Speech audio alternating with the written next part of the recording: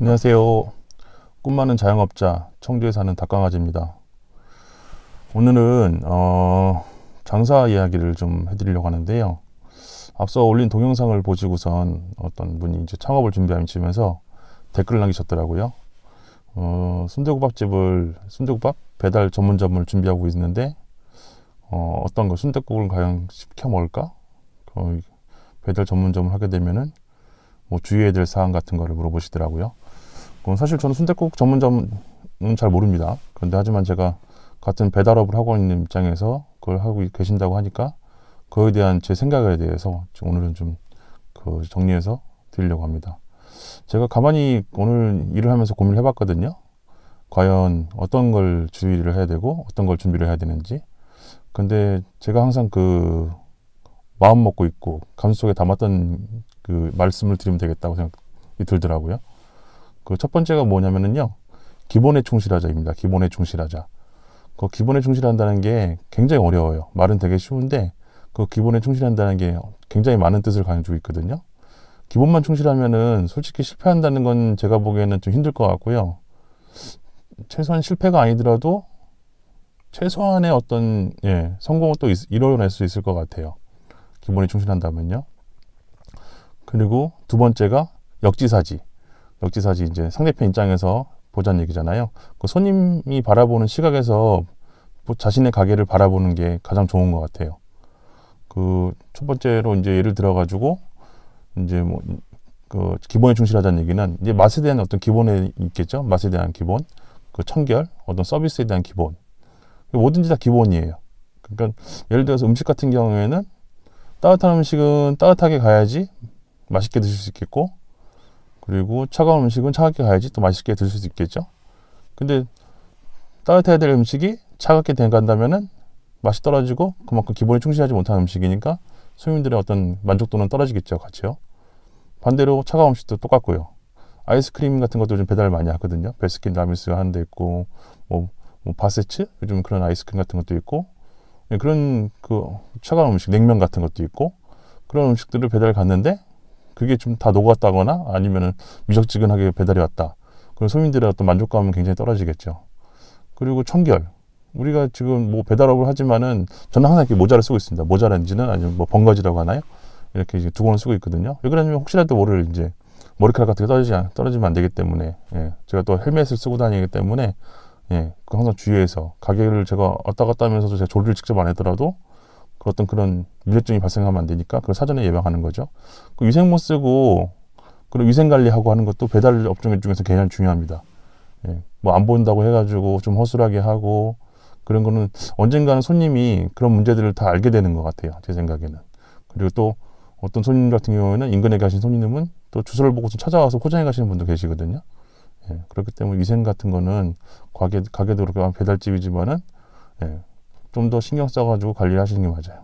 그 음식 같은 경우에는 일단은 창업을 준비하시는 분들은요, 주변에 있는 이제 경쟁업체라고 해야 되나?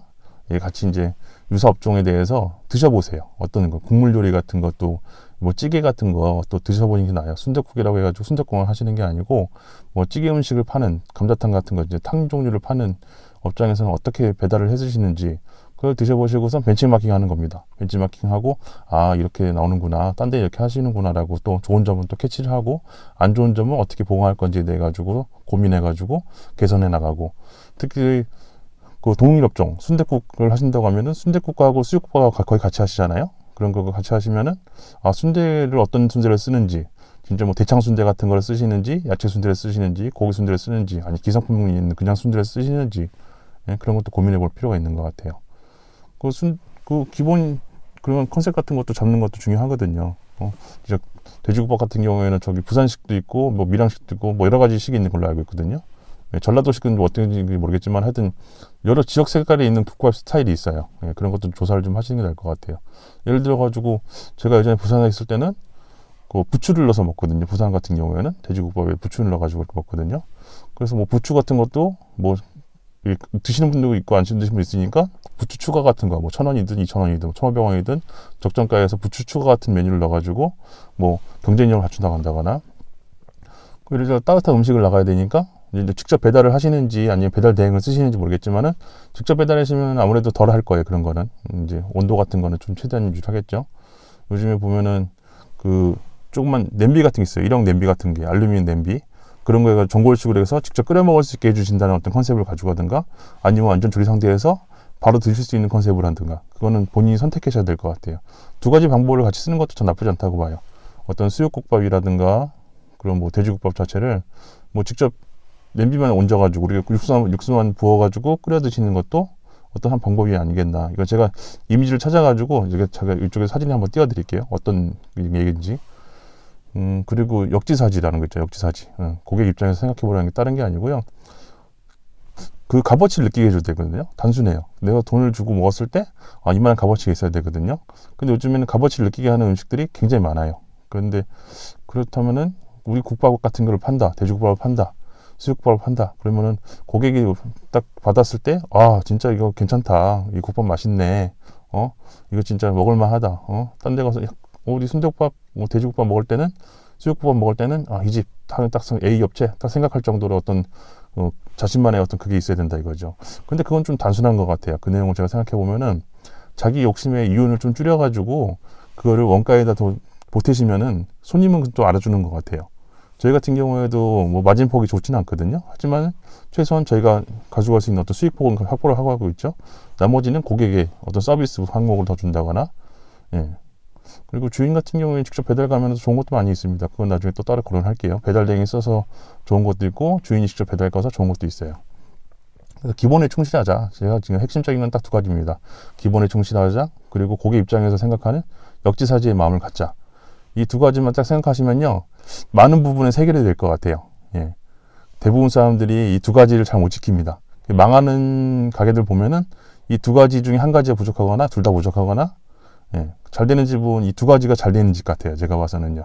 제가 판단하기에는 기본에 충실하거나 아니 기본 이상의 어떤 뭔가를 보여주신다거나 그리고 손님 입장에서 봤을 때 더 만족할 수 있는 어떤 서비스라든가 제품의 가치를 더 만들어 주신다거나 그죠?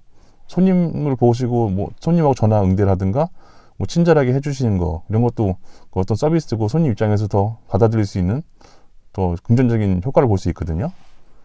그런 부분은 좀 딱 단순한 것 같아요, 진짜. 되게 어렵지만은 단순한 것 같아요.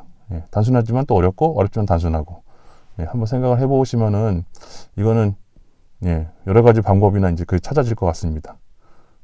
이건 제가 대충 이 정도면 공강사항은 좀 정리가 된 것 같아요. 뭐 상세하게 어떤 용기를 쓰고 어떤 방식으로 배달을 하고 뭐 어떤 조리를 하고 이런 거는 나중에 제가 많은 부분 말씀드릴 수 있겠지만은 지금까지는 이 정도 얘기만 드려도 어느 정도 이해를 하실 것 같아요. 하여튼 창업을 잘 준비하시고요. 준비하시는 동안 많이 힘드시겠지만은 건강 잘 챙기시면서 파이팅 하시기 바랍니다. 고맙습니다. 평안한 밤 되세요.